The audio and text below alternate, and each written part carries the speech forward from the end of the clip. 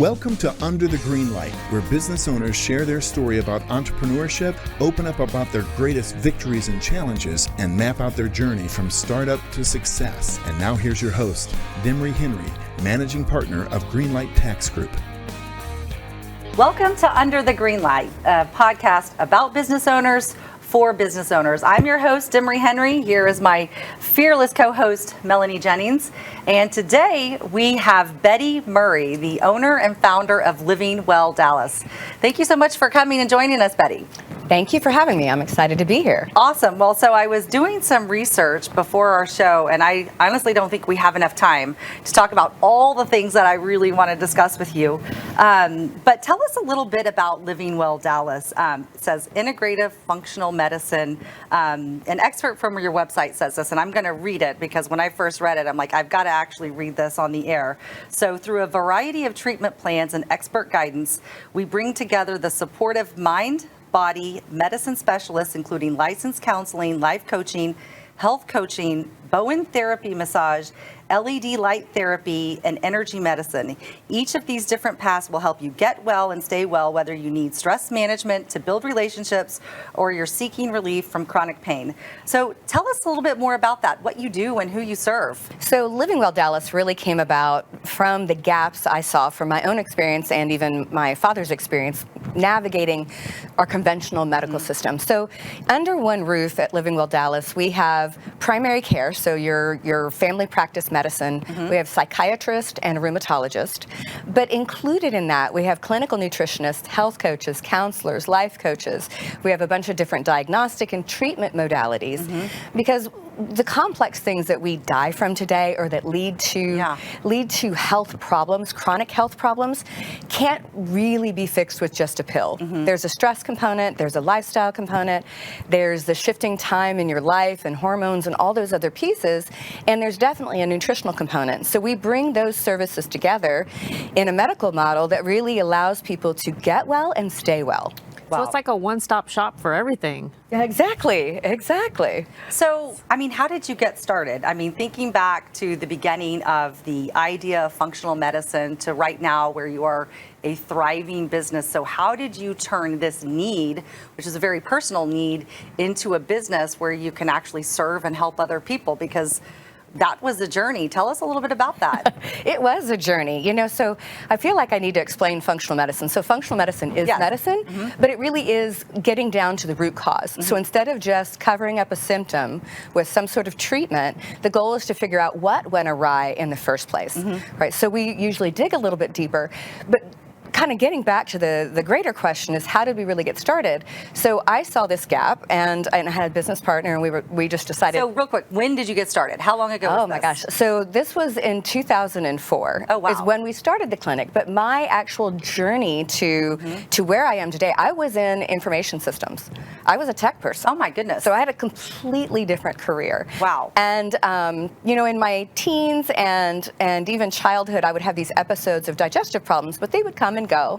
And I was a child of the 70s, so anybody that's in my age group, unless a limb fell off, your parents are like, you're okay. You're fine. Rub some dirt on it. Yeah, you're going to be fine. You're good. Take some Robitussin. Yeah. And so they were episodic, so I didn't really think much about it. But as I started entering into my 20s and then kind of encroaching in my 30s, the episodes became more frequent, more severe, and I was diagnosed with colitis. Oh, wow. Which is an autoimmune digestive disorder. And at the time, I asked the doctor, the gastroenterologist, I said, hey, is there something I could do with my diet that might help me with my autoimmune digestive disorder? And he quite frankly laughed in my face and said it had nothing to do with what I ate. Wow. And you might tell that I'm a little bit sarcastic sometimes. Right. I have a little bit of a dark sense of humor. And so I walked away from that meeting and said, I'm going to go on my own journey. And I'm going to go look and see, are there some things that I can empower myself? Because the drugs that we use for autoimmunity suppress your immune system. So it leaves you at risk for everything from infections to cancer. And you're looking at it in your 20s and 30s and you're saying, I'm going to spend a lifetime on these meds. So and getting weaker and weaker all at the same time. Exactly. So you think you're helping yourself, but you might be helping one thing, but everything else is kind of falling apart. Exactly. And so looking at it, I knew that food had a part in it. And I know that you have to have some medical pieces too, because you need to uncover, and you may need treatment with medications. We're not anti-med. But the other part of it is, at the time I was diagnosed, I was working an average of 80 hours a week. I was on call 24 hours a day, 7 days a week. And that had been going on for years, almost a decade. Yes. And I was like, there is no way that I can fix that with a pill or with just eating more kale. Right. There's not enough kale in the world. The right cures everything. Right. I don't even know, were we eating kale in 2003 and then kale wasn't a thing? Kale was decorative on the salad bar, right? Yes. So, so looking at it, I knew there was a piece that had to do with the stress, the relationships, how we perceive ourselves. So we started putting together this idea of a clinic because it really wasn't available. And, with a lot of bravado and probably just frank naivete, I was like, let's do it. Let's do it. Yeah. I got $50. Let's go. Make it happen. Let's go ahead and try and get an LLC together. So we started, and really a lot of it was grassroots, getting out and speaking to people, public speaking, talking to groups, and it really was sort of building slowly. So thinking about that, and you said you started in IT, how did you transition from, okay, I'm going to leave my IT job now, and I'm going to focus on this full time? Because being an entrepreneur and jumping, in sort of that entrepreneur sea, that's a big risk. Yeah. So you had a lot of security, obviously, in your IT job, and then at some point you said, okay, I'm jumping. That's over. I'm moving on. What was that thought process like?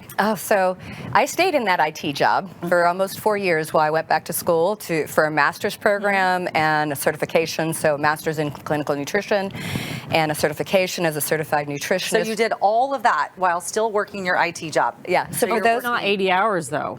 Oh yeah. You still were working 80 hours. Yeah, and so for anybody that's doing those things, by the time I got done with that, my health was in worse shape than the process of starting me on that journey from a stress standpoint. But I just felt compelled. You knew this was the path you had to be on. I have to do it. And it's just you grit it and grind it and you do it. And so I came out of that, and I did, after I finished all of that, I kind of straddled both worlds. So a lot of times when you're starting a business as an entrepreneur, you might have your foot still in corporate America, and then you're over here doing your side gig. Right. And I did that for almost 2 years. So I took everything that I made when I worked with clients, and I kept funneling it back into the company because I don't have a trust fund, right? In a business, I didn't get one either. In a business, cash flow's king. So, so I was using that, and I was continuing to consult on the side for the company I worked for. And then in 2005, we opened our clinic. So we've been around since 2005 and slowly grown and built over time. So, you kind of touched on this, being a business owner, even now. I mean, you started this business wearing a lot of different hats as you were still kind of juggling both worlds and learning and growing. But even now, I know you're still wearing a lot of hats. So how do you deal with that? How do you manage what you're going to focus on as part of your business, and then what you ultimately decide, okay, this is something I need to outsource, or I need to get other people to handle it? Because, one of the things that we've learned in our business, and as we're consulting other businesses, is that there's a couple of different gaps that businesses go through as they're growing. And oftentimes it's hard for businesses to get to 5 or more employees. And that means that they're having a really hard time giving out and delegating different work because they want to control. And it's really probably more out of fear, because it's like, okay, I'm doing this. This is my baby and I'm handling it. So how did you, as you're starting this business and growing, decide that now it is time to bring on other people? And how did you give up some of that control? Because I know it being so important to you, that's a difficult thing for business owners to do. I think of it in kind of a 3-part thing. So I think the first thing is recognizing what you are good at and what you aren't good at. So for me, I love that. I'm very good at strategy, right? So I can see the bigger picture. I can also see the forest through the trees, particularly when we're talking about science and biochemistry. But I can tell you the first thing I outsourced, bookkeeping, tax. Oh, wow. Immediately, I didn't even have the money to pay for it, and I was like, but I knew my personality would be that I'm going to shove all this stuff in a box, and I'm going to get to the end of the year and I'm going to be like, oh man, I got to do my bookkeeping. So I knew that the only way I was going to be able to run my company appropriately was to outsource the detail work that I am not wired to do. I don't do those things well. Right. So did someone tell you to do that, or Oh, no, you just knew that? I just knew that enough about myself Well, that's that good. because I'm a procrastinator when it's that kind of stuff, and I knew exactly how I would act. And the other part is to recognize your superpower and take the things that you need in your company, and instead of looking at, because a lot of times people look at it as I need to hire this position. It's not the position, it's the activities and the role. Right. Look at what roles need to happen. So there's payroll, finance, taxes, and accounting and bookkeeping. That's this role. Do I need a human in my business every day to do it, or do I hire somebody that absolutely knows how to do it? Because an expert. Yeah, a lot of small business owners will be like, oh, my cousin Bob's going to come in on Thursday and do their paperwork, and they wonder why their taxes are out of control and everything else. And so I took what I needed in my business and built roles. I needed a marketing wing. I needed a accounting, bookkeeping, and keeping me good with the IRS role.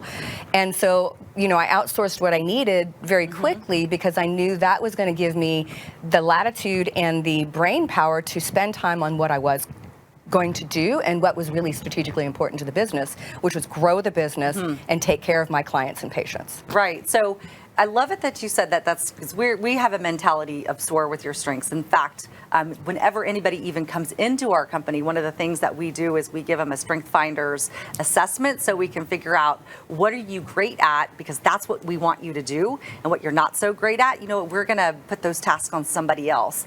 And so I love it that early on in your business, you made the very conscious decision that this is a necessary piece of my business to grow, the accounting, the taxes, the financing, and you're going to outsource it. So given that that's what we do for our clients, and we recommend that as well, and oftentimes we come on to entrepreneurs when they've been doing it for 10 years, but like you said, their cousin Joe was doing their books, and so then we've got to unravel it and get everything fixed, cleaned up, and get them on the right track. So as you were looking for somebody to help you in that capacity, what was the first thing that you did in really thinking that? Did somebody give you some advice, or did you do some research? Did you already know somebody? What was it that you did that got you started down that path? I'd say I did a little bit of all of it. So some of it is, I'm very much a relationship person. So, when I know that somebody else has used, or it's actually, let me answer it this way. It's who, not how. I don't need to know how. Right. I need to know who.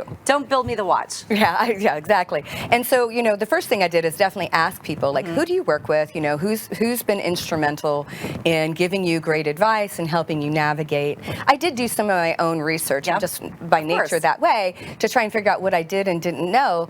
And I'd say the other thing is even if whether it's my accounting professional, my tax professional, my investment professional, I'm one of those people that if I meet somebody, even if I have another person in that wheelhouse that might be working for me doing those things, I always have a meeting, because I don't know what I don't know. Right. And I also don't know what my people that may be helping me may not know. And so I think it's really important to entertain and have conversations with professionals that maybe you already have in your wheelhouse, that and outside sources, because there's always something more to know. That's smart. No, absolutely. Well, you know what? Believe it or not, we kind of have a lot of synergy with our business. Like, you're all about the health and well-being of the person and the human, and you're working on, and it's a process, right? It's a journey. So nobody goes to you in one session and wham, okay, I've got it all solved, it's fixed. I'm sure that you've sort of put them on a path. We're the exact same way, except we're about the financial health and well-being of a company. And so we look at all the things that you just mentioned, which is the taxes, the assets, asset protection, business succession planning, making sure that the accounting lines up, with a specific tax plan. We look at KPIs, the key performance indicators, like how do you actually grow your business? And so as you're thinking about your business, and when you're working with your team of advisors, analyzing, because you said you're really, really good at the big picture, and analyzing those things, what are you looking for, and then how are they helping you determine, okay, this is where we might need to dial it back a little bit, or here's an opportunity for growth? Because the reality is you're not going to be able to stay in business long term if you don't have the financial capacity to do so, right? So you got to juggle both sides. So do you have conversations like that with your team, and do you feel like it's been very helpful to get you where you are? Absolutely. I mean, I think whether it's, again, your tax planning and your kind of financial fitness of your company, and even your marketing firm, Exactly. You have key performance indicators, you have key revenue goals, and it might be, goals for your clients and all those other pieces. And your entire team has to be on the same page, because often, I'll give you a really good example. Marketing companies might say, oh, you're advertising online, and they'll go, we can get you 1,000 clicks. Right. Well, 1,000 clicks may not convert to anything. So yeah, not my KPI. We need 1,000 customers. We need conversions. Right. So not looking conversions for traffic. Yeah, exactly. But people that are maybe new in the entrepreneurial world don't know all those nuances to those conversations. So they may be blowing money and doing things that really aren't Right. moving the business and forward. can cost a lot of money. I mean, those are mistakes that could be detrimental. Yeah, and I'm here to say I made a lot of them, because you're just like, especially as this internet marketing and Facebook. I mean, I started before Facebook even existed. And so, I think it's just absolutely important that you know what your strategies are, you know what your performance indicators are, you know what you need to make, and you also know that your entire professional team, whoever's on it, is moving towards those same goals. Because if they aren't, they're the wrong team for you. Absolutely. So thinking about what you do and how you're helping everybody else manage their stress, manage their pain or whatever, how do you manage your stress? So I'm an overachiever type A type person, if you can't already tell. Duh. You're like doing 80 hours a week, IT, and getting your master's? Yep. Well, and I've since gone back for my PhD. Oh, my goodness. That's amazing. You're not going to stop. No. What's after the PhD, though? So, Exactly. You gotta stop it, so right? y'all want to know, like, we Yeah, what have do I our do? pen and paper. We're going to Yeah. write down. So- What does Betty do to manage stress? So there's a couple things that I think. I think the first thing is compartmentalizing or time chunking. I love that. Time chunking. Yeah, time chunking Write is that down. really, really Time important. chunking. Melanie, put that on my calendar. Exactly. Time to time chunk. Yes. So time chunking really means that when I'm doing a particular task, that's what I'm doing. So when I'm seeing clients and patients, that's Very what I'm focused. doing. Focused. Engaged. I don't want to hear about the accounting thing. I'm not opening my email. I'm not doing anything else other than caring for those people. If it's an administrative day, I'm going to have meetings and they're all going to be blocked together, or I'm checking my email. So I compartmentalize my entire professional day. That's great. All the way down to That makes a lot of sense. what I do in the mornings, right? So that's really important, because when we try and jump around to things or let email and notifications get in the way, all that does is draw your attention and add your stress. So I do that. I say the other things is I make sure that I schedule my personal care, whether it's cycling or weight training or meditation. It's on my calendar as an event, just Right. like anything else. Because most of us, particularly women, I would say, are worse about this. We will put everybody else's responsibilities and things they need first, and then if we get a moment, We have a moment. might do something. Right. Yeah, I'm going to meditate every night at 10 p.m. You know how well that's worked out for Right, me. while you fall asleep, It's sitting on the not couch. worked out. Right. The kids are still up. The dog still needs something, and I'm like, I'm going to go to bed. Just forget it. Exactly. So I think it's really important to do that. So that means prioritizing yourself. And the other thing for me, a lot of it is also prioritizing fun. So I like to travel. I love that. Yeah, I like to eat out and have really great experiences. So, we'll do that, have date night. And I think it's, as entrepreneurs, we can get really soaked up into what we're doing. And don't get me wrong, I talk about my business all the time with my husband, but we have to make sure that we set time aside for fun and downtime, because your creativity gets blunted very, very significantly when you don't have that. Oh, absolutely. And then you just get burnt out, Right. Which we don't want. And so, one of the things that we hear so often from so many successful people is I learn the most from my biggest failures. I failed a lot, and I just keep getting up, and that's where the lessons come from. So do you have any of those moments in your life as you were kind of starting this business where, you would say, wow, I wish I wouldn't have done that, but I'm really glad I did because I learned from it, and now I'm going to use this moment to continue on. So thinking about that with your entrepreneur hat, because there's just so many people out there that want to start a business, but it's really hard. Yeah. Yes, you're right. Everybody learns from failures, and I, say that I've made so many. It's been a learning or just experience. like the biggest lessons, Yeah. So I would say one of the ones that for me was probably most prevalent is several years ago. It's been almost a decade ago now. I've always been kind of way in front of what I think medicine should be doing, and so we were trying to coordinate with some more conventional physicians, because I look at it and go, it's a no-brainer in the primary care world to say most of the people would benefit from having nutrition coaching and health coaching. Absolutely. Particularly if they have chronic disease like diabetes or cardiovascular disease. And so I hired salespeople. I did all these things for over a year to go out and make relationships with these practices. Like these doctors? Yes. Sort of like the same thing as the pharmaceutical rep concept? Right. And so we made all these relationships. We spent a lot of money on it and tried to create a relationship.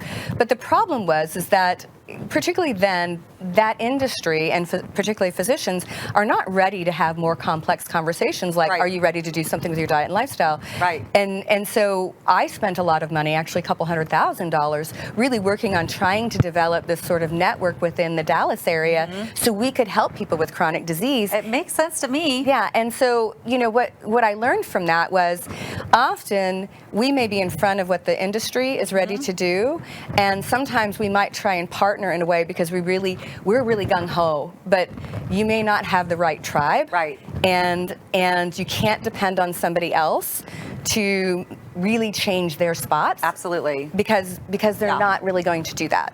And so as an entrepreneur, I decided, yes, I can still infiltrate medicine and do things, but I'm going to have to take a bigger ownership that it won't be a partnership like that, at least not today, maybe a decade from now. Right, and a different path to market. And I mean, I think what you're saying is really true. I would probably think the same thing, like we really need to go partner with these physicians and these doctors because it's a no-brainer. But you're right, they oftentimes kind of are focused in on what they're doing, and they're not ready to have that wider conversation. So you have to shift and say, okay, this isn't going to work. And thank goodness you did. Have you ever read that book, Who Moved My Cheese? Oh, yeah. And so I love it that early on in your process, you're like, okay, the cheese is not over there. We're going to have to go another path. And I think oftentimes a lot of business owners or entrepreneurs, they might fail because they just keep trying and trying and trying, and it's not going to work. So thinking about entrepreneurs, anybody who's listening who is thinking about starting their business or they're very early on, what advice would you give them as they're thinking about, I'm going to jump into this sea of entrepreneurship, and then how to stay the course? What advice would you give? So I'd say there's a couple things. I think most entrepreneurs, we're a jump first and then figure out if you have a parachute on your back after you start the fall. I would say this about myself too, is we don't do a good job of really planning in advance of execution, particularly in the beginning, because we're super excited. Oh, I would totally agree with that. And that advanced planning, particularly around what your expense ratio is going to look like, what your real revenue needs are in order for you to grow, and really planning that effectively puts you in a potential situation where you're low on cash flow and can't cover your expenses. That's why so many small businesses fail. And I'd say that's a huge part, and that's usually not something we're excited about, but it's important to bring in your professionals at that point and make sure you have somebody there that's going to talk reality with you. Because I can tell you what I thought it would cost to get to where we are today, and what it really cost me was hundreds, almost $1 million less than what I would have thought. That's amazing. And you're so right, because I think a lot of entrepreneurs are really futuristic in their thinking, and they're very excited and passionate about their idea or their solution, and they're not drilling down. And one of the things that we do with our clients is whenever we're meeting with them and we're talking to them about their issues or some of the things they're having difficulty with, we kind of start with the end. Where do you want to be in 5 years, 10 years, or what is the specific goal? And then we kind of reverse engineer what that path is going to look like, and then putting in those metrics and those benchmarks so that we can really help them. And honestly, what's really important in that, I mean, believe it or not, is just the basic fundamentals of accounting and bookkeeping. Because if you don't have the numbers, categorized correctly, really understand where your revenue is coming from, understand all of this expenses, you're not going to get a big picture and a clear picture of of how your business is doing, what's the financial health of your business, and then how can you continue to grow, or what you need to dial up or dial down. So, I mean, I really love that. I think that's true. And, for me, I think having partners has been one of the best benefits because we are all strengths at different things. And so we're kind of looking at all of that. But you have to have a visionary because if you don't have a visionary, you kind of get stuck in today. Oh, absolutely.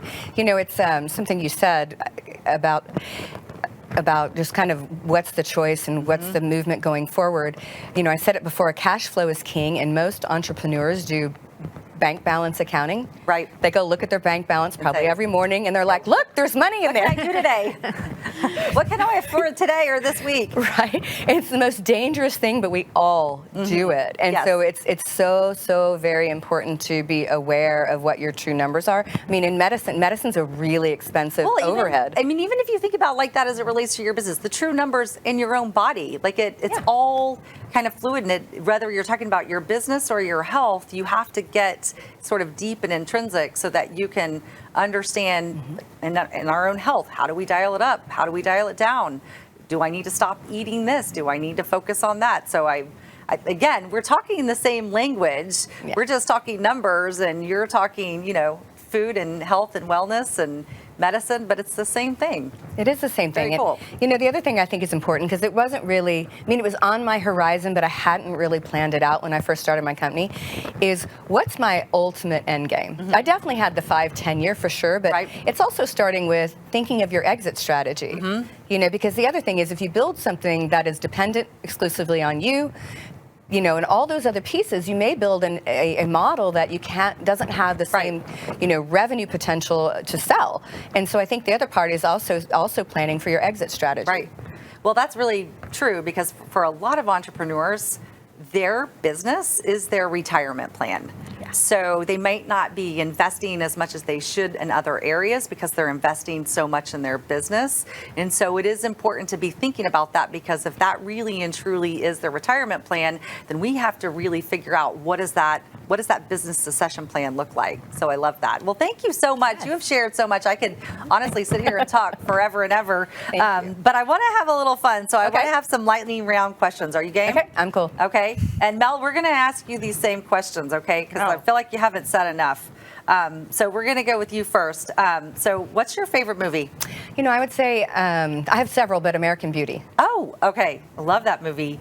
What's your favorite book? So right now it's Disrupt Her by Mickey Agarwal. Disrupt Her. What's that about? I hadn't heard that one. Yeah, it's all about disruption and women stepping into their power. Oh, I love that. Yes, I'm all about that. That is a perfect book for this show. Okay, did you make your bed this morning? Yes, I did. You did? Do you make your bed every morning? Pretty much, unless my dog gets in it and won't get out. Well, and your dog, you're like, okay. So are you a morning or a night person? I'm a night person that has rearranged my life to be a morning person so I can execute the things I want to do. I love that. I need to do that. What about, okay, Mel, I'm going to get to you in a second. I'm kind of going over the place. Okay, you mentioned skydiving earlier. So have you ever been skydiving? Absolutely. Are you serious? Oh, yeah. Oh, how many times? I've only been once, but I love it. Would you do it again? Absolutely. Okay. Wow, you're amazing. I'm scared to death of that. Okay, so if you weren't doing what you're doing right now, okay, and you could be like an actress, a professional musician, a renowned artist, or like in the CIA, what would you do? I would. Oh, that's or tough. A professional athlete. You can choose that too. I would be an actress for sure. You would be an actress. Yeah. Okay, on stage. I love it. Okay, Mel, what's your favorite movie? Usual Suspects. What's your favorite book? The Bible. The Bible. Okay, we've talked about this. Did you make your bed? I wanted to. I kept looking at it. I went, no, I gotta get this. I gotta do this. The answer is but no. I normally do. You do? I normally do. I don't know. Yes. Okay. I kept looking at it. Morning or night person? I used to be a night person, but I've kind of like turned more to the morning. Now when the sun goes down, you get a little tired. Yeah, I'm like, I want to, especially on the weekends, I'm like, let me get all this stuff done in the morning, and then I can just relax. So I'm gonna bet you've been skydiving, and yes. if you okay, I was gonna say, because if you haven't, I know you want to. Yeah, my 25th birthday, I went skydiving. Of course, Melanie's been skydiving. Okay, what about you? Famous actress, athlete, hard one. CIA. I love professional being active, dancer. So probably an athlete. I just would have to figure out. Yeah. Olympics. Yeah. Gold medal. Probably volleyball if I just would have grown another foot or so. I love it. Okay.